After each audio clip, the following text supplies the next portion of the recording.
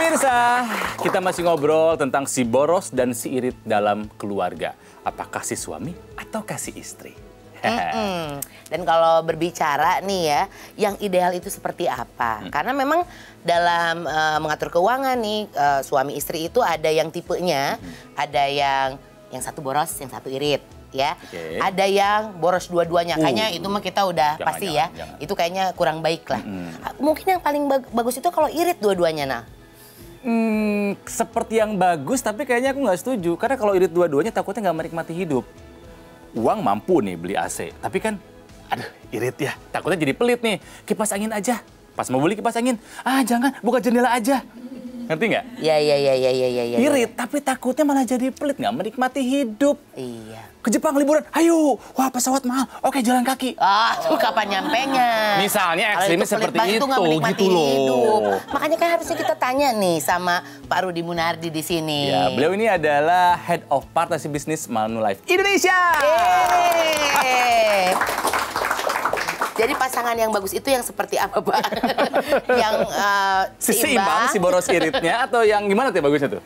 Ya, harusnya seimbang ya. Jadi namanya pasangan pasti ada kelebihan kekurangan. Jadi kalau ada satu pasangan yang satu orang yang kekurangan, ya bagusnya ditutup dengan yang lain. Jadi saling mengisi lah ya, gitu. Iya, tadi Ronald soalnya irit sama irit kayaknya kurang setuju tuh Pak kalau pasangan. Tapi harus dibedakan ya, irit dengan hemat atau dengan pelit tuh, ya kan? Saya bicara hemat aja deh. Hemat itu artinya kan kita bisa memprioritaskan, kita bisa ngatur, prioritaskan mana yang merupakan kebutuhan, mana merupakan keinginan. Ya itu kalau irit pelit gitu kan juga kadang kita misalnya punya jatah misalnya untuk diberikan ke orang lain, sedekah sebenarnya dia tidak keluarkan, padahal dia bisa keluarkan gitu. Tapi kalau hemat semuanya kan sudah direncanakan, diprioritaskan, itu satu. Nah kalau bicara mengenai pasangan, nah ini menarik nih. Jangan juga dua-duanya boros gitu ya. Ya pasti Pak. Kalau mobil tuh nggak ada rem ya nanti ya. Hilaf terus kayaknya. Hilaf terus. Harus ada satu orang at least yang bisa ngerem, yang bisa ngatur ya. Bagaimana sih memanage atau mengatur keuangan keluarga? Satu, harus paham dulu tujuannya untuk apa. Jadi harus duduk nih diskusi pasangan. Kita nih gimana ya nanti pensiun? Karena kan ada faktor nanti kita pensiun hari tua. Kemudian juga nanti kalau misalnya belum punya anak nih, nanti kalau kita anak punya, itu sekolahnya bagaimana? Ya itu harus dibicarakan. Jadi faktor kenapa kita harus berpikir hemat, kemudian kita atur pengeluaran, itu harus ada tujuannya dulu. Kalau nggak goalsnya dulu. Kalau nggak, kata orang sudah nggak puguh kemana ini? Berantakan. Mau dihemat berapa yang mau dihemat? Iya betul. Begitu. Ada yang mau bertanya? Mumpung lagi ada Pak Rudi di sini. Ya boleh nih, silakan. Saya mau nanya nih Pak, saya kan masih single nih, belum ada pasangan. Terus ngerasanya tuh uangnya masih untuk diri sendiri aja dulu lah, belum ada pasangan ini gitu. Terus yang harus saya lakukan untuk mempersiapkan keuangan untuk nantinya pas saya udah berpasangan itu sejauh apa ya Pak yang harus saya persiapkan gitu. Masalah single Pak, uang gimana saya nggak punya tanggungan, takutnya kejebak boros gitu kan Neneng ya. Oke. Mumpung masih single gitu ya, boleh-boleh aja. Kenapa?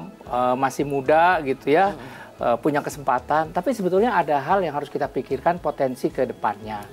Kalau kita masih single, ya ada dua sisi nih dari sudut investasi. Kalau kita mau investasikan, waktunya kan masih cukup panjang. Satu tuh. Jadi akan jauh lebih menguntungkan investasi dari awal, itu akumulasinya akan jauh lebih besar daripada nanti setelah berapa tahun atau setelah nunggu menikah gitu ya. Kedua, kan belum ada tanggungan. Belum ada tanggungan, belum ada suami, kemudian belum juga ada anak. Kalau sudah ada suami, anak, itu kita harus bagi-bagi. Ya, jadi porsi untuk investasinya atau untuk proteksinya jadi kebagi lagi. Yang ketiga, itu terkait dengan proteksi. Kalau Mbak dari awal sudah misalnya melakukan penutupan asuransi, misalnya pertanggungannya bisa dapat jauh lebih besar dan lebih mudah. Karena resiko itu jauh lebih kecil sehingga secara biaya atau premi itu jauh lebih murah seperti itu. Jadi ada potensi ya kalian boleh-boleh saja have fun selagi masih muda, tapi akan jauh lebih baik kalau kalian sudah mulai berpikir sejak sekarang mengenai investasi Waduh, proteksi. kalau single udah melakukan seperti itu, menantu idaman. Iya, karena nih saya dengar-dengar juga bahwa salah satu masalah paling besar dalam keluarga hubungan suami istri itu adalah uang. Jadi memang mengatur uang itu harus ada tipsnya gitu, ada tipnya. Ada kakak andalan makanya. Itu dia, meskipun kakak andalan ini adalah single, kakak andalan selalu berusaha bagaimana cara supaya ketika berkeluarga tetap memiliki keuangan yang baik. Udah siap, luar biasa. Nah, berikut merupakan beberapa tips untuk cara mengatur keuangan di dalam keluarga yang benar. Yang pertama, tentukan prioritas kita sebagai pasangan. Jadi mau apa? Kalau diberikan bilang. Ada goal, harus ada goal. Tahu kebutuhan, tahu mana keinginan. Iya. Oke. Selanjutnya, nah pasangan ini harus menyepakati siapa yang menjadi Menteri Keuangan di dalam keluarga. Aku sih Ibu Sri Mulyani. Waduh. Itu di negara, Rona. Ini di keluarga. Tuh, terus. Selanjutnya, kita harus menghitung dan disiplin terhadap pengeluaran yang rutin seperti Aonal tadi. Nggak disiplin itu udah ada posisi tapi nggak disiplin. Disiplin itu ada hal yang paling penting untuk disepakati bersama. Disiplin adalah kunci ya. Iya, betul. Ada lagi selanjutnya adalah kita harus menentukan batas atas pengeluaran kita. Jadi disepakati secara bersama-sama, pokoknya kita spend uang untuk kegiatan A maksimal sekian. Pintar. Dan selanjutnya, ini yang jangan lupa, ini yang banyak sekali kita anggap enteng. Anggap enteng, nanti juga ingat. Kita harus catat semua pengeluaran kita. Oke. Gitu. Itu adalah tipsnya bagaimana cara mengatur keuangan di dalam keluarga. Menteri Keuangan gimana gitu nggak? Enggak dong. Habis suka bingung gitu ya. Kan sama suami tuh pengennya suka kesel kalau misalnya dia lagi boros ya. Tapi kalau mau negur takutnya dianggapnya nggak cinta. Waduh. Tapi kalau misalkan masalah kayak gitu, kakak andalan pernah melihat sebuah artikel. Sebuah artikel bahwasannya ketika kita awal bekerja itu boleh boros. Masa sih? Jadi boros itu ada waktu-waktunya boleh. Waktu awal bekerja, lagi kita senang-senangnya punya uang awal, itu boleh boros. Masa ada yang ngomong gitu kan? Ada. Kalau nggak percaya, kakak andalan udah tahu, Teh Tika pasti nggak percaya nih.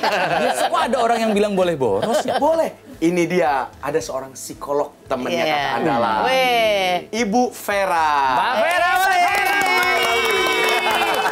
Tapi ngeri, boleh boros. Pasti salah baca. Vera, apa kabar? Mbak Vera ini bukan hanya di Duit, kalau kita siaran juga narsum kita. Kalau soal keluarga, pastinya Mbak Vera Uli ini. Yang membahagiakan pagi saya mereka berdua. Sebentar, aku kok nggak yakin Mbak Vera pernah nulis artikel kayak begitu. Bener? Mungkin maksudnya begini, bahwa di usia 20-an, ketika seseorang mulai pertama kali bekerja dan dapatkan penghasilan sendiri, tapi masih nebeng sama orang tua, rumah masih nebeng, kendaraan masih nebeng, isi bensin mah gitu kan. Ada momen-momen yang disebut dengan momen perayaan kebebasan. Makanya umumnya di usia 20-an tersebut mereka pada boros. Jadi menjelaskan apa yang menjadikan umur 20-an biasanya orang suka boros. Tadi perayaan kebebasan, iya gitu. Karena mereka belum paham bahwa ternyata ada kebutuhan-kebutuhan mulai nanti dari paling dasar sampai paling atas yang mesti dipenuhi bertahap meskipun dia single. Sebebas apakah ya yang bisa dilakukan oleh para pekerja-pekerja pemula? Jangan kemana-mana, tetap di Duit. Kita kembali lagi di Duit. Tentang boros dan irit dalam keluarga. Ada yang suaminya boros, ada yang istrinya boros, ada yang dua-duanya irit, ada yang seimbang, satu boros, satu irit. Bagus yang seperti yang mana ya? Kita ngobrol lagi nih ya. Nah, Mbak Vera kan ini kan psikolog gitu kan ya. Penasaran nih, kalau boros itu ada kaitannya sama psikologi seseorang nggak sih? Ini dia yang justru jarang dibahas. Jadi itu masalah pengelolaan keuangan itu sebetulnya sangat subjektif. Sangat ditentukan oleh masa lalu, kepribadian, sisi-sisi psikologis dan emosional individunya. Sangat